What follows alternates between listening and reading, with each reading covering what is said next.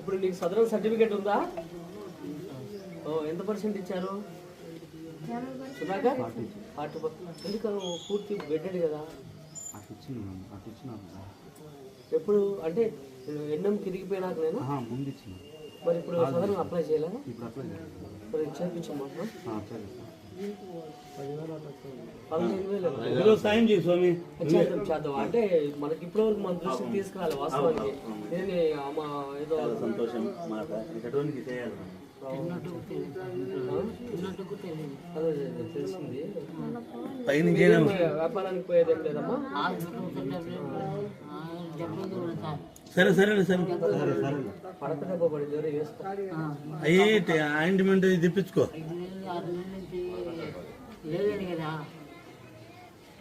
కాదమ్మా హాస్పిటల్కి తీసుకెళ్ళి మందు కూర్చున్న టాబ్లెట్లు వేసిన భాషన్న కన్నా చెప్పి వచ్చి ఏదన్నా పుండు మాట్లాడు సార్. హాస్పిటల్కి తీసుకెళ్ళి అదే బాలరామయ్య కోసం వచ్చింది.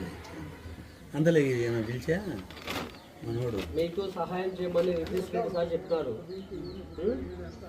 ఈ పెన్షన్ విషయం కూడా తీసుకెళ్తాం ఆయన దృష్టికి. సరేనా? అలాగే సదరన్ సర్టిఫికేట్ అప్లై చేపిస్తారు. ఈ టైంలో ధైర్యంగా ఉండి గాయాలు ఉన్నాయి కదా హాస్పిటల్కి వెళ్ళి చూపించాలి. చెప్పుకోవచ్చు భాష ఇంజక్షన్. ఈరోజు మన రంగసుందరం పంచాయతీలోని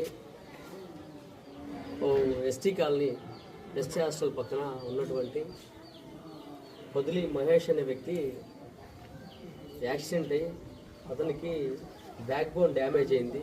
అతను కనీసం వేరే వాళ్ళ సపోర్ట్ లేకుండా కూర్చోలేడు. అలాంటి పరిస్థితుల్లో మంచానికే పరిమితమైనాడు.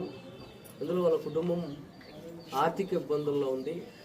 ఈ విషయం ఆ కుటుంబం సభ్యులు వాళ్ళ భార్య రితీష్ రెడ్డి గారి దృష్టికి మన Badvel in charge Telugu Desam party Badvel in charge Ritish Reddy గారి దృష్టికి తీసుకెళ్లడం జరిగింది. ఆయన నాకు ఆ విషయం చెప్పడం వెంటనే ఆయన ఆదేశాల ప్రకారం ఈరోజు మనం వాళ్ళ కుటుంబం దగ్గరికి వచ్చి వాళ్ళ ఇంటి దగ్గరికి వచ్చి రోజు నిత్యావసర సరుకులు అందించడం జరుగుతూ ఉంది. అదేవిధంగా అతనికి ఇప్పటి వరకు పెన్షన్ కూడా ఇవ్వలేదు. 2 సార్లు యాక్సిడెంట్ జరిగింది అతనికి. ఒకసారి యాక్సిడెంట్లో ఆ కాలు కోల్పోవడం జరిగింది. అప్పుడు